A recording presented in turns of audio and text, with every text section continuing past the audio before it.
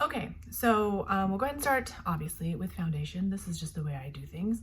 And for a sort of retro look, 1940s, you're gonna want a, should I talk about this? I feel like so pompous right now. Like, anyway, we're gonna have a full coverage foundation.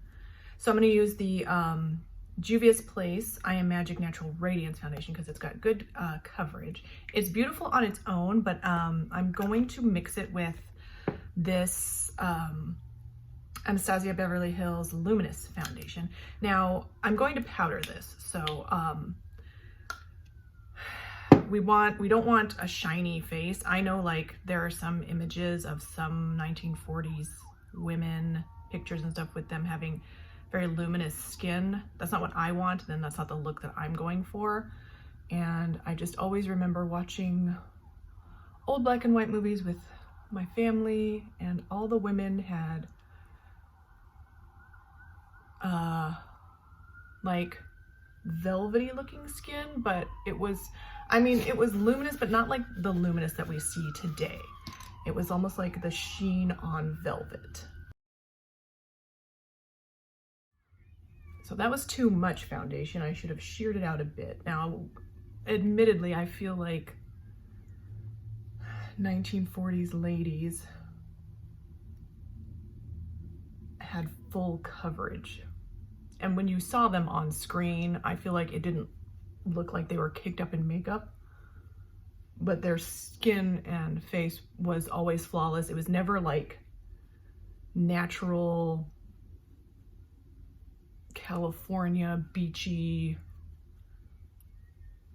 you know, golden goddess type. It was very much full coverage, velvety looking skin.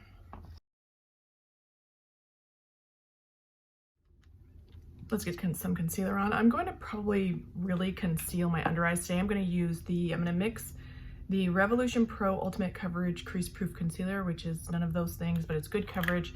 And I'm going to mix it with this one, which is the Revolution Conceal and Fix Ultimate Coverage Concealer with Salicylic Acid. They both are called Ultimate Coverage. One is from Revolution Pro, the other one is just from Revolution. This one is a bit, it's creamy, but it's less thick of a cream. And this one is just a straight potted cream. But it's a little bit on the thicker side. Right across the way, my son is at school. And so if you see me looking out the window, it's because I'm trying to watch him play with his little friends. And again, we want flawless looking skin. So I'm going to do the best I can to conceal as much as I can. On the day that I wore this look, I wasn't feeling that well, so I didn't go that far that day. But today, we're gonna really try.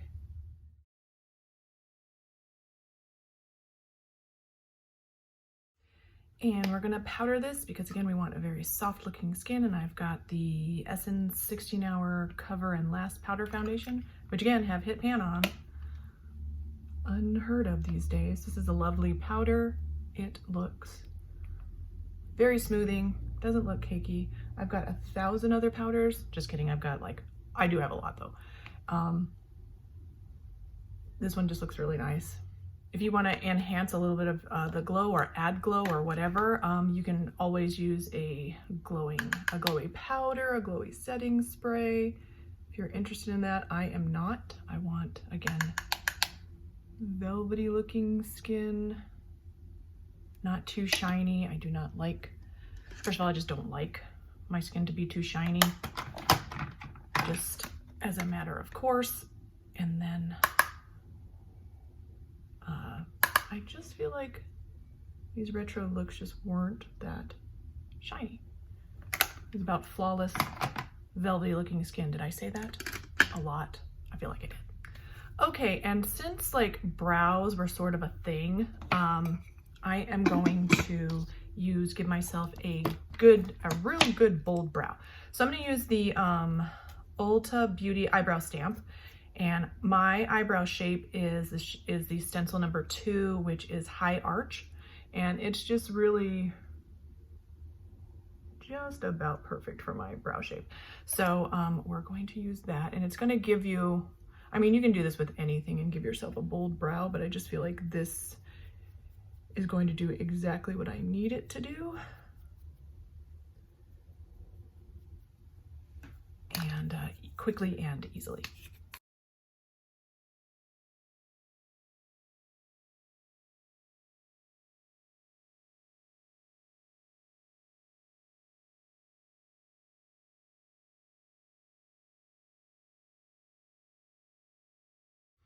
Okay, now I was going to try and use these tapes, but like there's sort of like a winged liner tape, but I forgot to do it ahead of time. And so now if I put them on, you know, it might mess up my makeup, but I think what I'm gonna do is actually just try it anyway and just see what happens. I'm going to,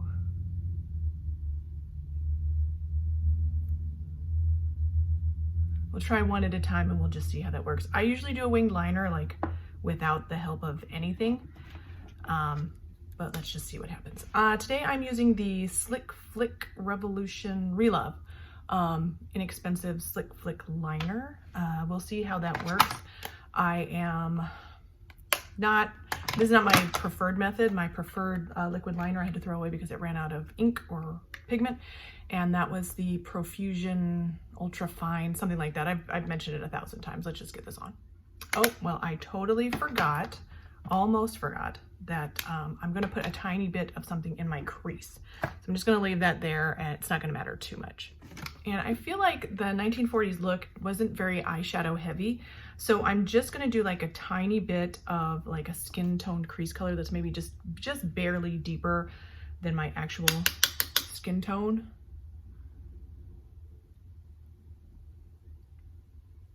Now, this is just my version of it. This is not like a historically accurate or some such like that. I'm not an expert. Please do not come for me in the comments. This is just how I see it, my spin on it. So again, please do not come for me in the comments. Or I mean, I guess if you really want to, go right ahead. Like it just, the more interaction I get, the better my channel does. So please, by all means, come for me in the comments.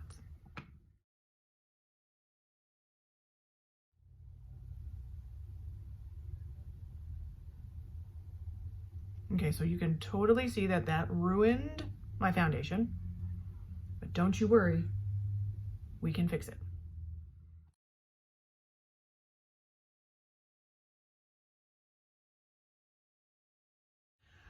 All right, so I'm gonna use this mascara today. It's not because I am dying over it. This is the LA Girl Lift Off Instant Lash Lifting Definition Mascara. I'm using it because I have it. I want a bit of a bold lash. Not too much because I don't want it to cover up the liner that I've got going on. Again, I just have this one. My most recent favorite mascara has been the, I can't remember. I'll put it in the description, but I got it from Dollar General. It's like an LA Girl or LA Colors mascara. And it was my favorite since I got it. It's a couple bucks. It's like a dupe for the Maybelline Lash Sensational Sky High. Really inexpensive, but really good.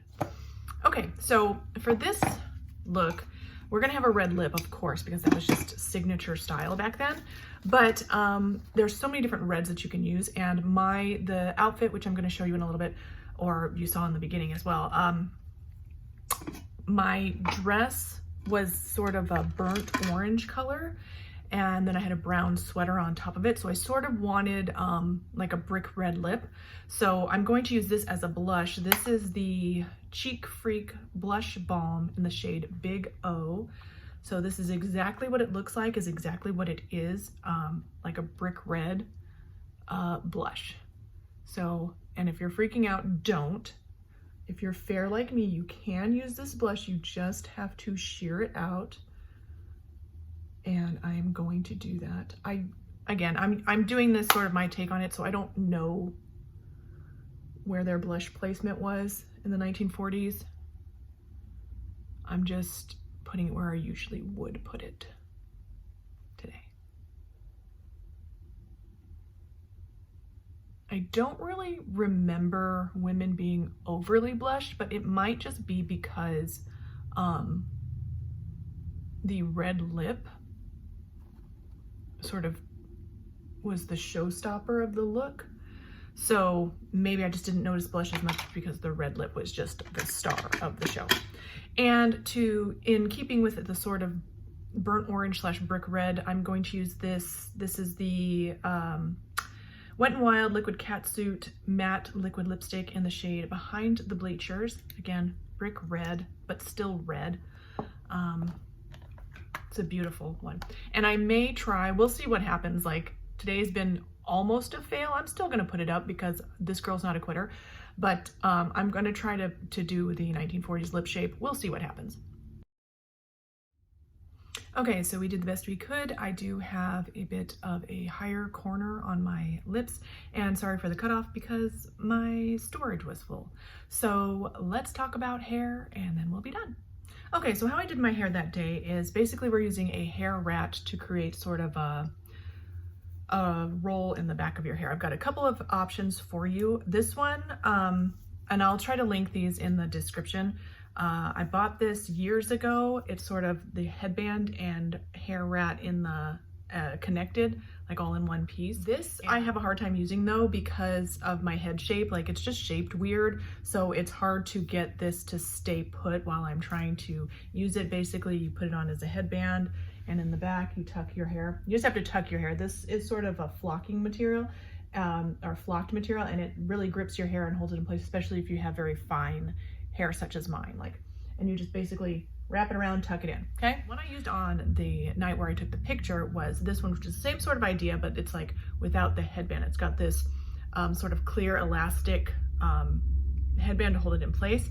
Both of these methods, like this one works better for me, but both these methods are kind of difficult for me because I don't know what's up with my head shape, but this wants to constantly slip off. So I find it easier for both of these methods to actually put it on my forehead because that holds it in place, and then use this to tuck your hair around, and you just keep tucking it in until it's all the way in.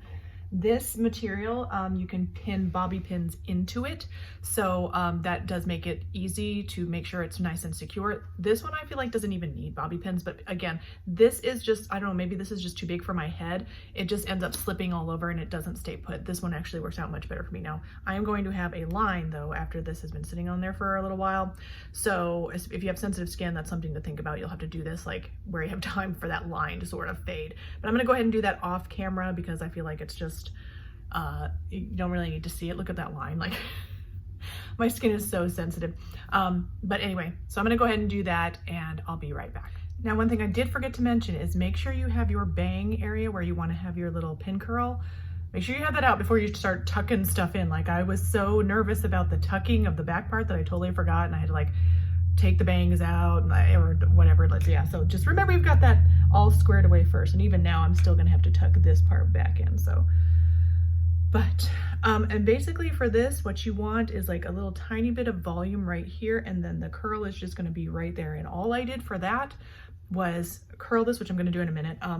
I just curled this, curled it back up on itself and pinned it in place and sprayed it to death. So I'm gonna go do that and we'll come back and we might be having the finished hair look. Okay, so I wasn't able to get it just exactly as I did the other day, but I think you get the idea. And one thing I am not loving so much about this curl is that you can kind of see a little bit of the skin of my forehead right there, or at least my temple. So I suggest to do this better than I did and maybe make sure your skin isn't showing through. Now, one thing I will say is I have a very narrow, long face and head shape. So this was giving me such a problem because it's wanting to stick out farther. It's sliding around a little bit. I don't mind a little bit of this volume at all. Like, I think that's really cute and pretty. And I think even though this may not be like the most authentic, it gives the impression, and people knew what I was trying to do as far as a costume, okay? I would do my hair like this every day if I could get away with it and if I cared that much, because I just think it's so beautiful and I love the style and the whole vibe of it. I will get my outfit on and we'll see the whole full picture. I apologize if the lighting is weird, but it is what it is. So here we go. Okay, so here is the finished outfit. This sweater is actually, it's from a brand called Nick and Mo. My sister sent it to me, and she's used it several times in her vintage style that she's done for old-fashioned Sundays and such. These shoes, which are amazing, I got them at a Goodwill. They're from the brand called Band, B-A-N-N-E-D. They look like they're a European brand or a UK brand. So yeah, but they just worked out perfectly for this outfit. And I know like it's not the most authentic, but the idea of it, the hint of it, just gave the right impression. Everybody knew what I was trying to do. So yeah, let me know if you guys like videos like this. And one thing I will say about the hair is that, and sorry if the angle's weird, I don't know how to film. But make sure when you have a hairstyle like this, that you pin it well and you smooth it well. I have very fine, wispy type hair, and it wants to come out like all the time. So for me, I just sort of hairsprayed it, but I feel like if you had a pomade or something like that, it might work out a little bit better for you to keep everything in place the way you want it. But again, let me know how you guys like videos like this. I love this style, so if you guys want to see more styles like this, I would love to do them for you. So thank you guys so much for watching. Please don't forget to thumbs up, like, subscribe, ding that bell, and I'll see you in the next one. Bye.